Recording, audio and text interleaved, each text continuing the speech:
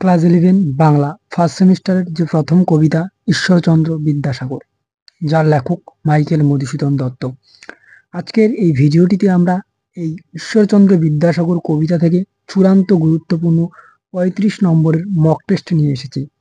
সেরা সাজেস্টিভ বাছাই করা এমসিকিউগুলো থাকছে আজকের এই স্পেশাল মক টেস্টটিতে। তাই আজকের এই ভিডিওটি ভীষণ গুরুত্বপূর্ণ হতে চলেছে ক্লাস 11 ফার্স্ট সেমিস্টারের শিক্ষার্থীদের জন্য। তাই ভিডিওটি তুমি প্রথম থেকে শেষ পর্যন্ত দেখো, আশা করি তুমি অনেক উপকৃত হবে। আর এর বাইরে পরীক্ষায় প্রশ্ন আসার সম্ভাবনা খুবই কম। আমরা সমস্ত রকমের প্রশ্ন এই ভিডিওটির মধ্য দিয়ে কভার করেছি। তাই ভিডিওটি ভালো লাগলে অবশ্যই একটা লাইক করে দিও, চ্যানেলে নতুন হয়ে থাকলে সাবস্ক্রাইব করে দিও। আমাদের নিত্য নতুন এরকম নোটস, টিপস, ট্রিক, সাজেশন সবার আগে পাওয়ার জন্য পাশে দেওয়া বেল আইকনটি অবশ্যই প্রেস করো। প্রথমেই আমরা দেখে নিচ্ছি ফার্স্ট যে প্রশ্ন। দেখো, বিমলা বলতে কবিতায় বোঝানো হয়েছে কি? উত্তর পরিচ্ছন্ন। কিঙ্করী শব্দের অর্থ কি? উত্তর দাসী। অমৃত ফল দান করে কে? দীর্ঘ গাছেরা।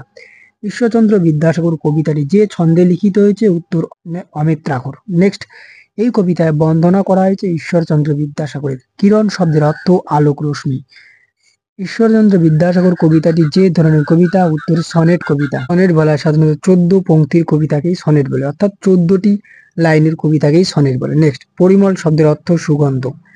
হেমাদ্রি কথার অর্থ সোনার পর্বত। হেম যোগ আদ্রি সমান সমান হেমাদ্রি, অর্থাৎ সোনার পর্বত। আদ্রি হচ্ছে পর্বত, হেম হচ্ছে সোনা, হেমা হচ্ছে সোনা। নেক্সট, অমৃত ফল বলতে বোঝানো হয়েছে বিদ্যাসাগরের অকৃপণ দানকে। পরবর্তী প্রশ্ন, ঈশ্বরচন্দ্র বিদ্যাসাগর কবিতাটি কোন কাব্যগ্রন্থ থেকে নেওয়া হয়েছে? চতুর্দশপদী কবিতাবলী কাব্যগ্রন্থ থেকে। বিমলা কিঙ্করী এর উৎস কোথায়? উত্তর হিমালয়। নেক্সট কোশ্চেন, কবিতায় হেমাদ্রি হেমকান্তির সঙ্গে তুলনা করা হয়েছে বিদ্যাসাগরের জ্ঞান ও হৃদয় দূতিকে। নেক্সট, করুণার সিন্ধু তুমি, এখানে তুমি কে? ঈশ্বরচন্দ্র বিদ্যাসাগর। সুখ সদনের কথাটির অর্থ কি? সুখময় গৃহ। সদন শব্দের অর্থ হচ্ছে গৃহ। নেক্সট, চতুর্দশপদী কবিতাবলী গ্রন্থে মোট কবিতা রয়েছে 102টি। মধুসূদন দত্তের চতুর্দশপদী কবিতাবলী প্রদর্শন হয়েছিল 1866 খ্রিস্টাব্দে। নেক্সট, কবিতাটির মধ্যে কাকে হিমালয়ের পর্বতের সাথে তুলনা করা হয়েছে? ঈশ্বরচন্দ্র বিদ্যাসাগরকে। ঈশ্বরচন্দ্রকে দিনের বন্ধু বলা হয়েছে কেন? কারণ দরিদ্র অসহায়দের পাশে দাঁড়িয়েছিলেন তাই। নেক্সট, সুগন্ধে 10 দিক ভরিয়ে তোলে কি? ফুলেরা। নেক্সট, দিবস শীতল সাজে ছায়া প্রদান করে কে? উত্তর বনেশ্বরী। পরবর্তী প্রশ্ন, যে বাড়ি দান করে অর্থাৎ যে জল দান করে সে কে? নদী। সেই জানে মনে, এখানে যার জানার কথা বলা হয়েছে মধুসূদন দত্তের।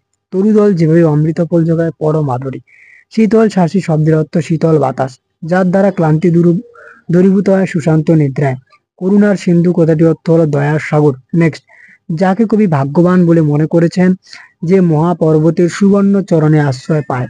বিদ্যাসাগর সুমহান হৃদয়কে যে মহাপর্বতের সঙ্গে তুলনা করা হয়েছে সেটি হলো কি? হিমালয়।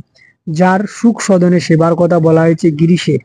দিন শব্দের অর্থ কি? দরিদ্র। শীতল সাজে ছায়া প্রদান করে কে? গাছেরা। পরিমলে 10 দিক ভরিয়ে তোলে কে? ফুলকুল। বনেশ্বরীর মতো কবির দুর্দিন কবিকে আশ্রয় দিয়েছিলেন কে? বিদ্যাসাগর। তো এই ছিল চূড়ান্ত গুরুত্বপূর্ণ 35টি এমসিকিউ। তাই ভিডিওটি ভালো লাগলে অবশ্যই তুমি তোমার বন্ধুদের মাঝে শেয়ার করো, চ্যানেল নতুন হয়ে থাকলে সাবস্ক্রাইব করে দিও। আর এই 35টি কোশ্চেনের মধ্যে তুমি কয়টি প্রশ্নের সঠিক উত্তর করতে পারলে তা অবশ্যই আমাদের কমেন্ট বক্সে কমেন্ট করে জানাও।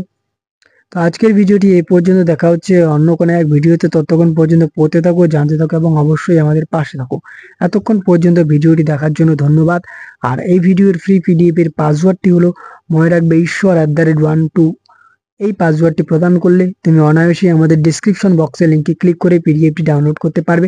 ইতিমধ্যে বাংলা বিষয়ের সমস্ত গল্প, কবিতার আমরা সাজেশন ও এমসিকিউ ভিত্তিক সমস্ত কিছু প্রোভাইড করেছি। যদি তুমি না দেখে থাকো অবশ্যই আমাদের ডিসক্রিপশন বক্সে অথবা প্লেলিস্টে গিয়ে দেখে নিতে পারো।